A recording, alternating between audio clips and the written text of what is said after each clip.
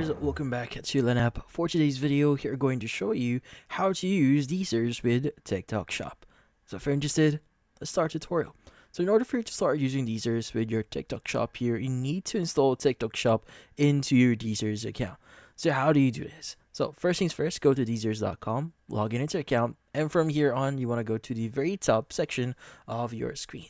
Now, by default, since I have this connected in my Shopify store, I want to go ahead and scroll down a bit here and want to look for TikTok US or just TikTok. Now, depending on where you are, so if you're in the US, you want to make sure to select TikTok US. Or if you're in other countries that support selling, well, in this case, you need to choose TikTok. Let's go and click on install. Now, in this case, in order for you to access or to bind a store into your account here further, you need to upgrade your plan. But yeah, so once you have a premium plan here on DSers, you could go ahead and proceed with the login process to your TikTok Shop account here, and from then on, you should be good. And that's about it. So hopefully this video was able to help you. Like and subscribe to Lenap. Thank you for watching.